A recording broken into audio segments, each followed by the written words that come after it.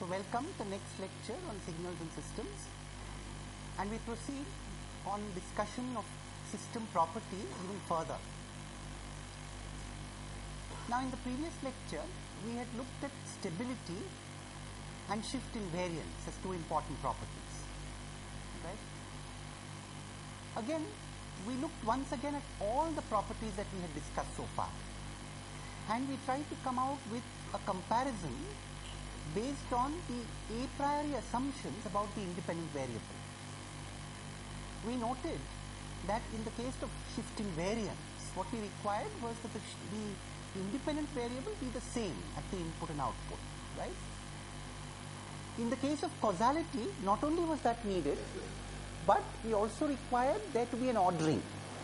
Now it should be understood that ordering is not necessary in shift invariance, right? So this is a shift invariance can be described in contexts that are broader than causality. Stability could be understood on any situation. The independent variable need not be the same, right? And of course the very first property that we talked about, what was that? What's that? Memory, yeah. So the property of memory, of course, needed that the independent variable be the same, but again there was no need for ordering. In the case of memory, there was no need to order the independent variable, right? Yeah, so with this little recall, I think we should now look at a very important property of systems, namely linearity.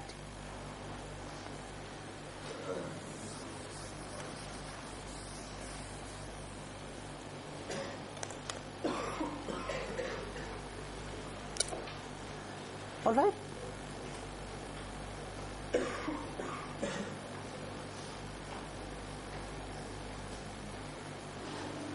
Now, linearity in systems is an extremely important subject in the sense that a lot of the system analysis that we do, at least at first level, is on linear systems.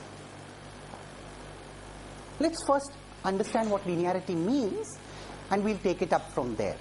In fact, the real implications of linearity are never understood in the definition, right? We will keep realizing that there are certain things that linear systems can give us which nonlinear systems cannot, and these additional perks of a linear system only manifest themselves one by one as we proceed in the analysis. Now, linearity, in fact, is an overused word. In the sense, in our school days, we are more inclined to think of linearity in the context of lines. And there is some motivation behind that.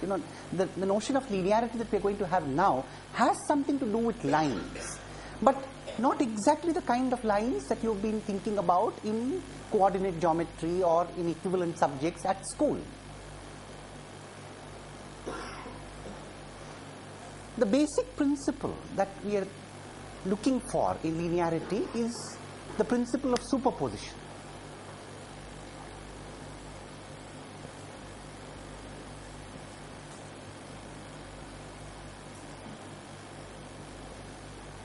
Right? And let me first give an informal exposure to the idea of superposition, and then we shall formalize it by mathematical conditions, right? Now, superposition literally means putting one on top of the other, right? In very informal language, a linear system behaves in such a way that if you put one input on top of the other, the corresponding outputs also get put one on top of the other in the same way. That's why we say linear systems obey superposition.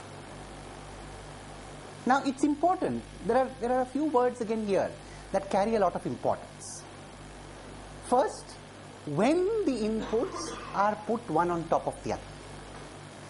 So if there's any other operation done between inputs, then there's nothing that can be said about the output. For example, suppose you multiply the inputs. What would happen to the output is not known in a linear system, or not definite in a linear system. Just as in the case of stability, when you don't give it the conditions that it wants. Namely, when you don't give it a bounded input, there is nothing that can be said about the output. Similarly here, it is only when you superpose two inputs. Now, what do you mean by superposing two inputs? We'll formalize that, right? Now, that's the first thing that we should note very carefully. When we superpose two inputs, that's one of the situations, or that's one of the restrictions that we are talking about. And it must be understood that linearity has a meaning only when you're experimenting with more than one input. That's another point that must be emphasized. Yeah? Other point that needs to be emphasized is about the output. The outputs, the corresponding outputs. Corresponding is important. The corresponding outputs also get superposed in the same way. All these words are important. Also get superposed. Not experience some other arbitrary operation. Right? Actually, I am intentionally giving you a slightly more informal exposure first, because I do know that most students, when they come to the stage of studying signals and systems, have had some exposure to linear circuits earlier and have some vague notions about linearity. So what I need to do is to start from the vague notion that you have and formalize it, or cut corners and give it a proper shape. Right? So I know that the word linearity is not unfamiliar to you, but we need to give it a formal and an unambiguous and clear interpretation in this discussion. So, coming back to the points that I want to emphasize about the output, as I said, corresponding outputs, that means the outputs that result when you give those particular inputs. This point needs to be emphasized. Point number 2, it needs to be emphasized that we are talking about the same superposition, the same manner of putting one on top of the other at the output. Now, I'll formalize this and it will become clearer. You see, the formal statement is like this. Let us assume that we have a system, S, denoted by S, and we carry out two experiments on the system. In one experiment, we give it the input x1t and observe the output y1t. In the other, so experiment 1.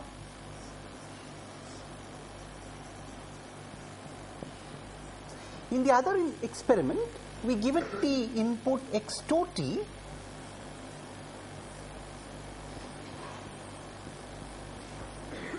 and obtain the output y2t. Experiment 2.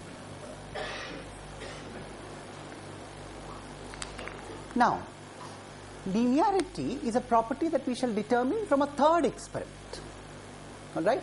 Linearity is a property that we shall determine from the third experiment. And what would the third experiment be?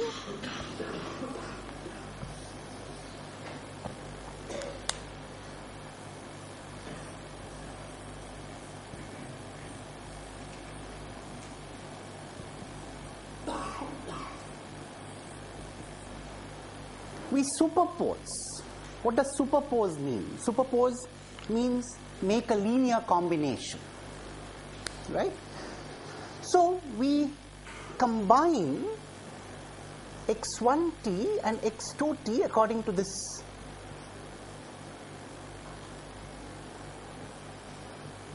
description.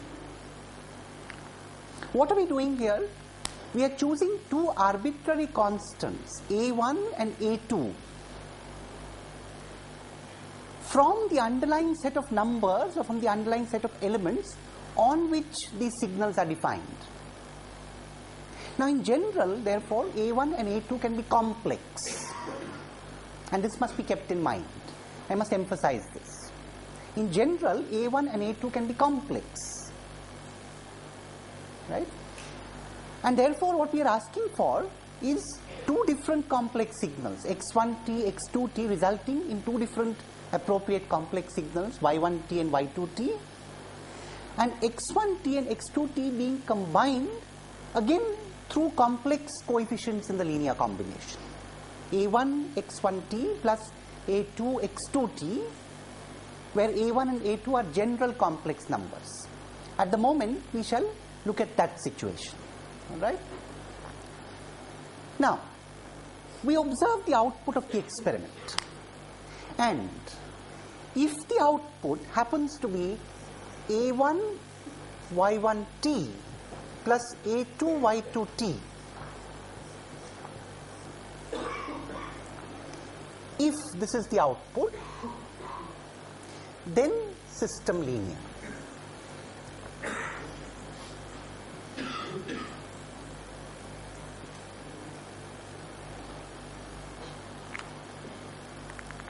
Right? Now, I must emphasize a number of points here, which we tend to ignore when we understand linearity superficially. We notice that the same A1 and A2 appear at the output. This is very important. Right? That's what I meant by superposing the output in the same way. And also, it shouldn't, see the whole point, firstly, the output is a linear combination of Y1 and Y2. Secondly, it is the same linear combination.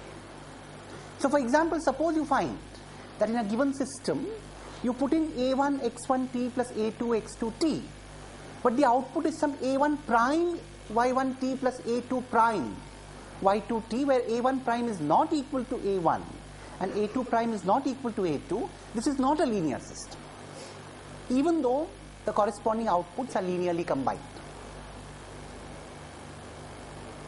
Now, of course, it's not very easy to construct such peculiar examples, but we must be aware that this is the case, right? There could be pathological systems where you do get a linear combination at the output of the corresponding input, but not the same linear combination. We shall not call those systems linear, right? And of course, needless to say, it is a linear combination. So, it's not enough that you can obtain the output, in this case, from the inputs from the outputs y1t. It's not simply enough that the output in this situation be some determinable function of y1 and y2. It must be just this precise function, right? A1 y1t plus A2 y2t. This is so much for linearity. So let's first take an example of a linear system and a nonlinear system.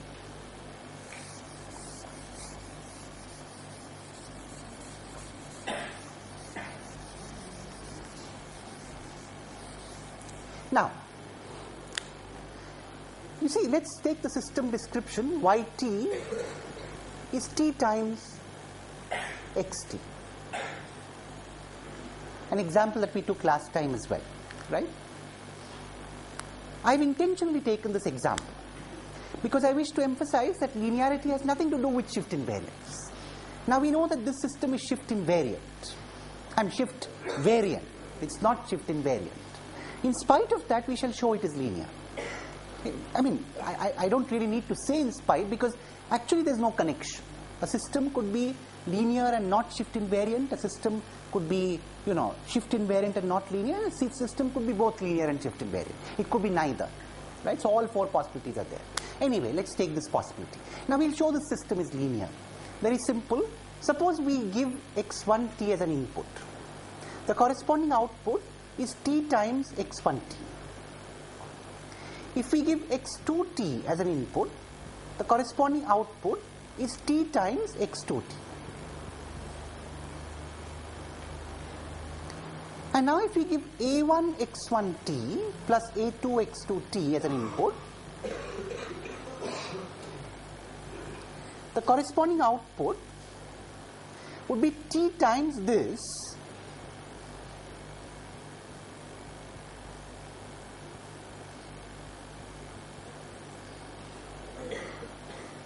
but this may be rewritten as A1 times Tx1t plus A2 times Tx2t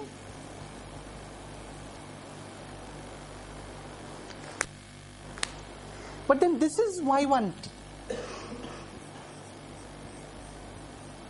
and this is Y2t. from the above. This is y1t, of course.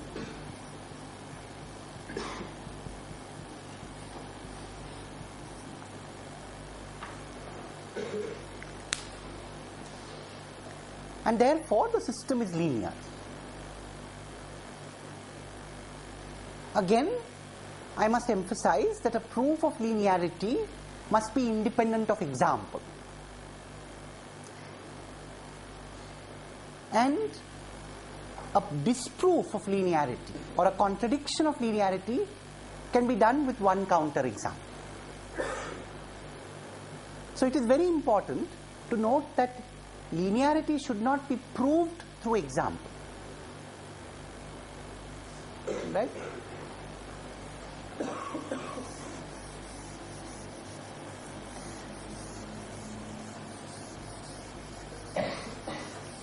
Now, it appears at first glance that linearity is meaningful when the independent variable is the same at the input and output. But now we need to reflect on this. Is it really the case? Actually, if you notice in the definition, we don't explicitly need coincidence between the independent variables at the input and output. All that we need is that the linear combination that you are making at the input should also be possible at the output. So even if the input and output are defined on different independent variables, for example, if the input is defined on time and the output is defined on space, but you can still take a corresponding linear combination of the input and the corresponding linear combination of the output, it is valid to talk about linearity. Yeah? To take an example, suppose you look at a cathode ray oscilloscope. We had looked at this practical example of a system where we have different independent variables at the input and output. Right? Now, if you happen to have a signal generator connected to the cathode ray oscilloscope, and if you happen then to take two signal generators and change their gains, add up this signal on an electronic breadboard and feed this to the cathode ray oscilloscope, you will indeed see the same linear combination on the screen. Right? So there it is meaningful to say, at least in a certain range of operation, that the cathode ray oscilloscope is a linear system as far as its ability to display is concerned. So it is meaningful to talk about systems that are linear even though they don't have inputs and outputs defined on the same independent variable. So I think we should make this very clear. Linearity can be extended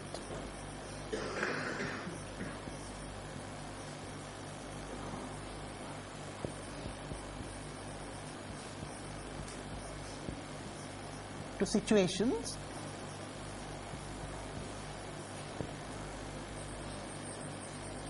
where input and output are on different independent variables.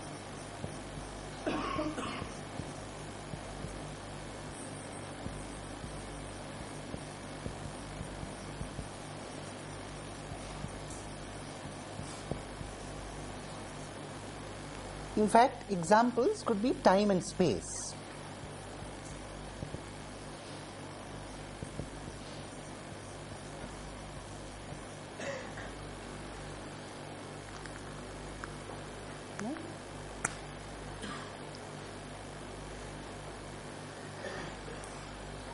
Now, linearity is a broader term.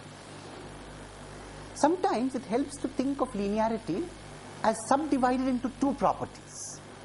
Right? So we shall now look at this division of the properties. You see, there are two inherent things that we are doing when we talk about linearity. The first thing that we are doing is to add. Right? And the second thing that we are doing is to scale. Right? So in fact, let us now show two equivalent conditions which can together give us linearity. The reason why we are doing this is there are situations where we sometimes want only one of the properties and not the other. Or we don't necessarily need the other. If it's there, it's a bonus. Right? Now the properties are as follows.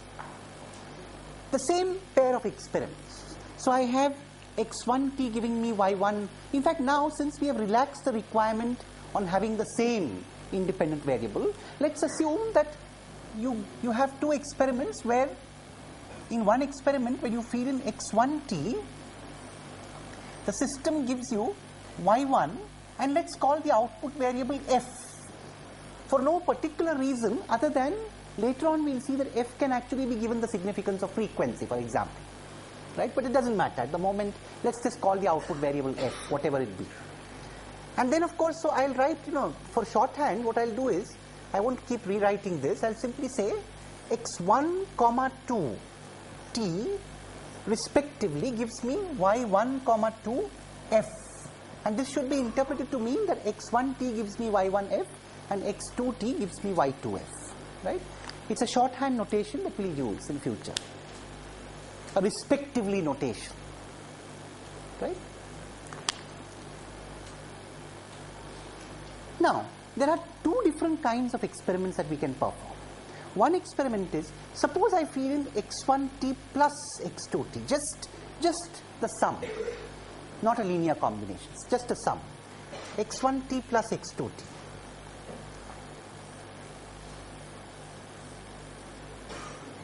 And I happen to get y1f plus y2f.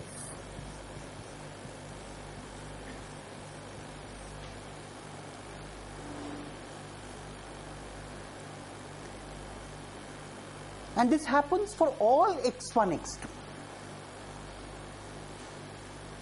Now this must not be forgotten. As for all other properties, we are saying that, this must happen for all x1, x2, whether we are talking about linearity or this property that we are going to talk about now. As I said, it must be independent of example. It must happen for all such pairs of experiments. So, if this happens for all x1 and x2, we say the system obeys additivity.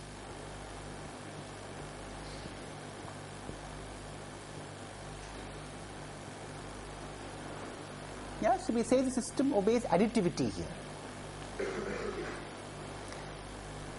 And on the other hand, we take any one of these experiments. It doesn't matter which one because we have taken the most general x1 and x2. Right? If I happen to feed in a times x1t and I happen to get a times y1f, and this happens for all x1, we say the system obeys homogeneity or scaling.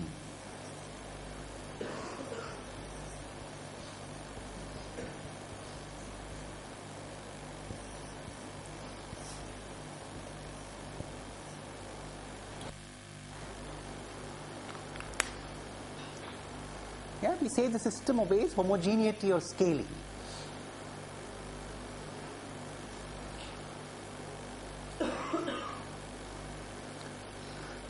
So in other words, linearity is a combination of these two properties. Now we need to prove that. We need to show that if a system obeys linearity, it's vice versa, right? We need to show that there is an equivalence. That means if a system obeys both additivity and homogeneity, it is linear, and if a system is linear, it obeys both additivity and homogeneity. The proof is not difficult. Let's first prove that if a system is linear,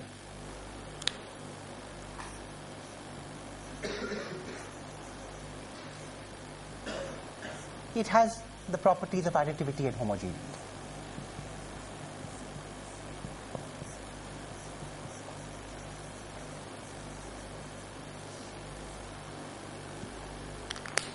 Well, that's very easy.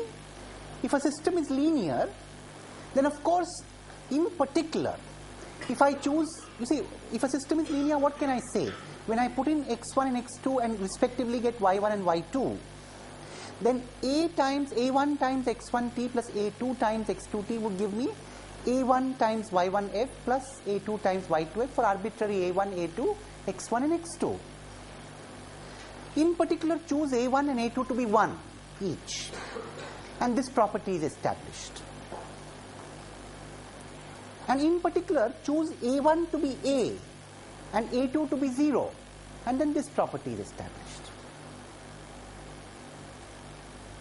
Okay, I repeat, if a system is linear, in particular, we can make the choice of A1 equal to 1 and A2 equal to 1, and then this property is established. And we can make the choice A1 equal to A and A2 equal to 0, and this property is established. Alright? Now we need to prove the converse. Right?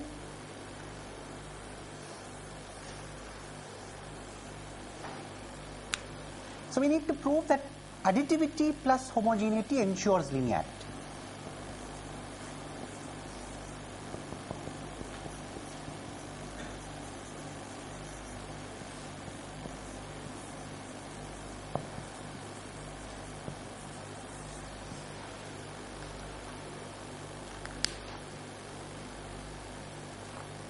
Now that's a little more tricky, but not so difficult at all. All that we need to do is to show that, if you take an arbitrary A1 and A2, then, the superposition principle holds. So first, start with each individual experiment. X1t results in Y1f, right? X2t results in Y2f. By the property of scaling or homogeneity, A1 X1t would result in A1 Y1f, and A2 X2t would result in A2 Y2f. So that part takes care of multiplication by A1 and A2. So you see, since A1 X1t results in A1 Y1f and A2 X2t results in A2 Y2f, now we can take those as the experiments here. And now we know that A1 X1, because of additivity, A1 X1t plus A2 X2t is going to result in, because of additivity, A1 Y1f plus A2 Y2f. So if we first, to prove this, we first apply scaling to take care of A1 and A2, and then apply additivity to take care of the sum. That establishes that additivity plus homogeneity ensures linearity. So therefore they are equivalent, right? Linearity is equivalent to these two properties. Now why is it that we wish to distinguish between these properties? Yeah? I put this as a question to the class. Let me see if I can get some inputs.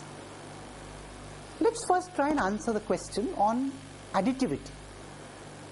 Can we take an example, or can we demonstrate an example of a system that obeys additivity but not linearity?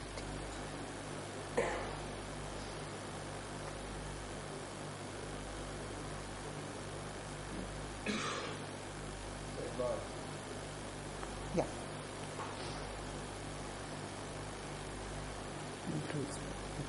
Yeah. So there's an answer from here.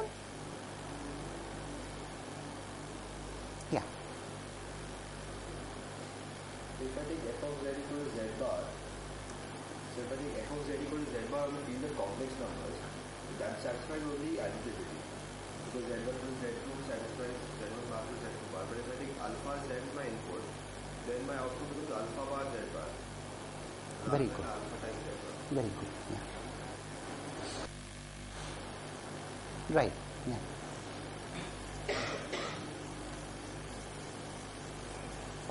So I have an absolutely correct answer from Samir. Samir says, if I take the following system, yt or yf, let's be very general. Let's be very general right from the beginning. So yt is xt bar, where bar denotes complex conjugate, right? Now, in this case, if I take, you see, does it satisfy additivity? Of course, because if I take x1t plus x2t, then the complex conjugate of this is indeed equal to x1 bar t plus x2 bar t.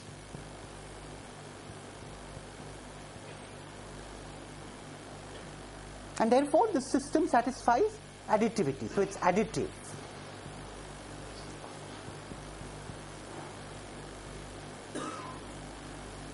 But if I multiply xt by a complex number or an imaginary number, for example, suppose I multiply xt by j, where j is the square root of minus 1, then jxt bar is not equal to j of xt bar. In fact, it is minus jxt bar, right?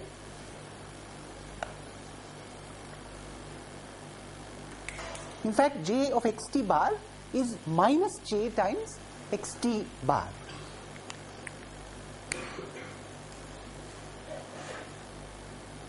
And therefore, it is the operation of complex conjugation that sometimes destroys linearity in the true sense.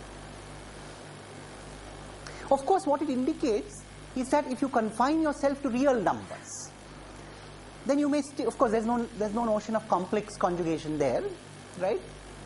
Then you may be a little better off as far as the tight coupling between additivity and homogeneity is concerned. But I shall not straight away make a statement. I'll leave it open for you to think. Right? My question, let me explain to you. What I'm asking is, suppose I don't work with complex numbers. I'm satisfied with working with real numbers. That means my signals are all real, both inputs and outputs. And the coefficients that I use in the linear combination are also real. I'm leaving it as an open problem for you to think whether in that case there is a coupling between additivity and homogeneity.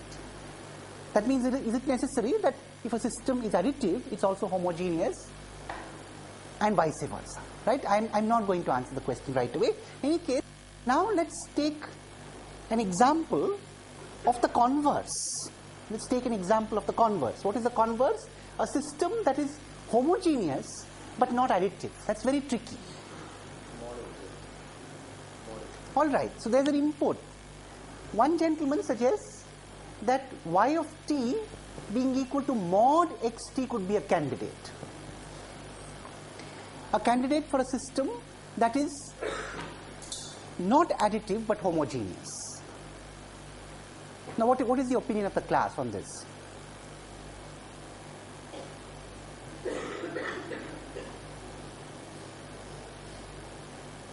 So let me have an opinion on this. Is this a system homogeneous? Is it additive? Of course not. Because x1t plus x2t modulo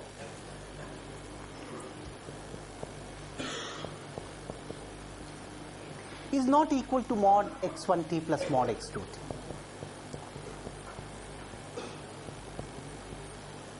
So the system is not additive.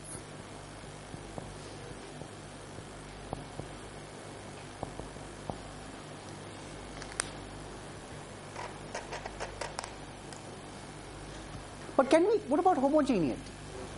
No. Why not? Maybe let me ask Harsha.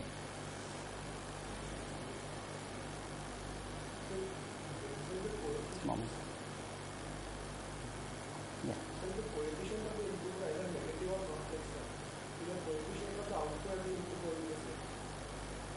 That's right. Yeah. That's correct. The observation is that if you take this example of a system, yt is mod xt, and if it happens that xt, if you multiply xt by a negative number, for example, suppose you take minus xt to be a very simply, right? Mod of minus xt is equal to mod of xt, and therefore the system is not homogeneous either.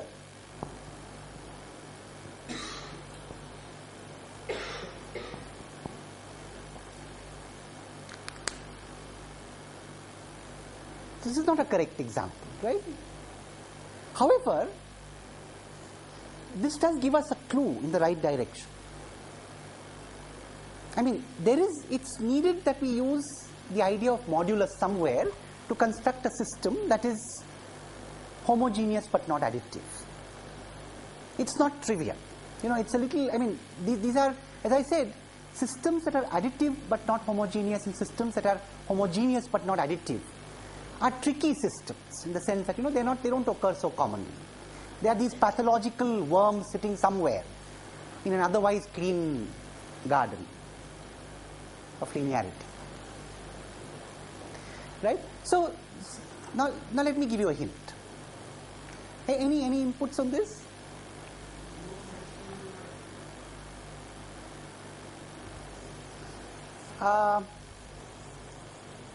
Not really. There was an input. Let me give you a hint. You see, the hint is that, one might wish to compare moduli, but then output the signal. Let me explain to you. Yt is equal to xt. If mod xt is greater than mod xt minus 1.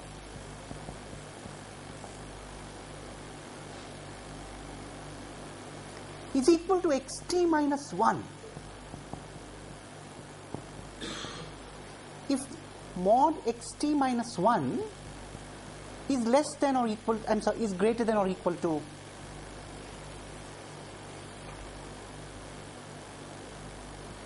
mod xt. Tricky kind of a system. Yeah, tricky kind of a system.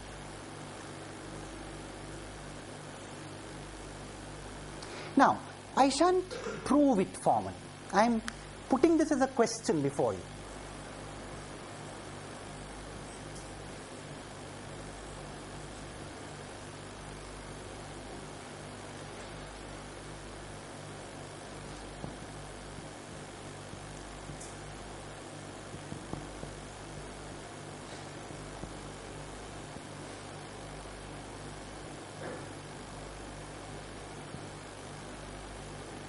I am putting it as a question before. Right? It appears to me that either this system or this system with a little change is going to satisfy this requirement. Not additive but homogeneous. Even proving it will really require you to exercise your skills of, coming out with that disastrous counter example. So you see, if you take ordinary examples, you will not be able to show it's not additive. So to show it's not additive, you must be able to force the system into misbehaving as far as additivity goes. Right? So I suggest to you that, please notice that the comparison is on moduli, but the output is the signal. And that's what allows this subtle distinction between non-homogeneous and homogeneous. In fact, indirectly, this is what takes care of the fact that when you multiply it by a negative number or by a complex number, you still get the same complex number multiplying the output. So it's so I put this as a problem before you. I put this as an exercise for you to show either that this system obeys additivity and obeys homogeneity but not additivity, or that or I leave it to you as an exercise to modify this system just that little bit so that the system is homogeneous but not additive. Right? Anyway, it is basically, this now let me give you another example. Suppose we have the following situation.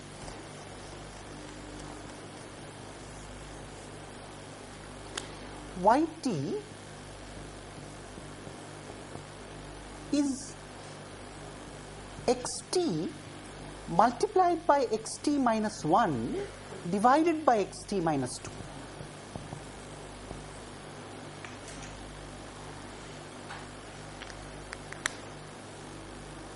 All right?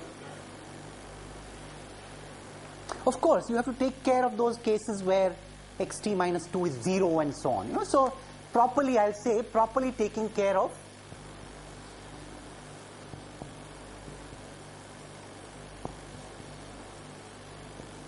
xt minus 2 equal to 0.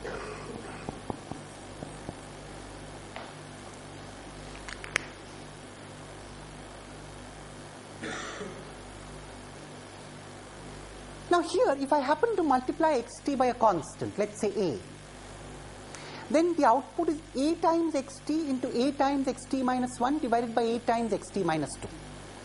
So on the surface, a and a cancel, right? So the whole output is multiplied just by a. But the system is not additive. It's very clear, right? This also gives you another indication of how we can have systems that are homogeneous but not additive. All right. Now, it is interesting, definitely to look at these properties separately. But in a lot of circumstances, when we do encounter additivity, we also encounter homogeneity. I mean, this is not in general true, as you've seen, and it must be clear that there are two distinct properties. And now, we would like to go further. Let's start tabulating all the properties that we have so far. So now I shan't say linearity anymore. Now, of course, it must also be understood that additivity and homogeneity are individually defined even in situations where the input and output have different independent variables. Right? They can be extended to that situation. So now let's tabulate the properties that we've studied once again. The reason why this is now I'd like to make the point at the end of this lecture. We've studied linear. We'll start from linearity, right? Linearity has two parts, additivity and homogeneity.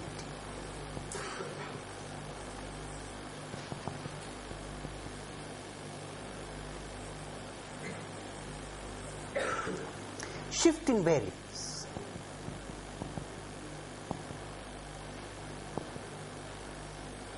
Causality.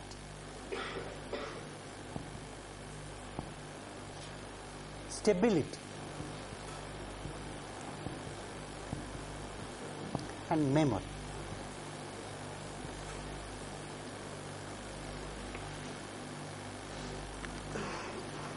All right?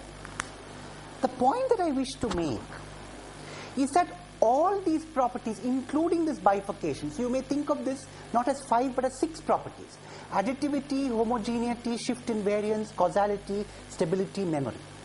They are all independent properties, which means a system can have any one of these and not the others.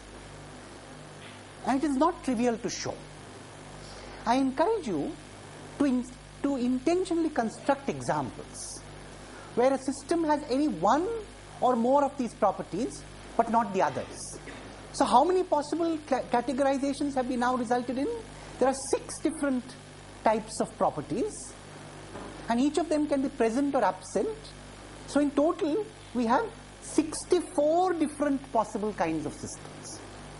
And all of them are possible. 2 raised to the power of 6. Each property there or not there.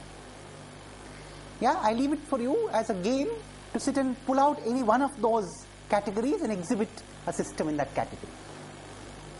We might even play a part of that game in the examination. So we'll conclude today's lecture here, right, and proceed from here tomorrow.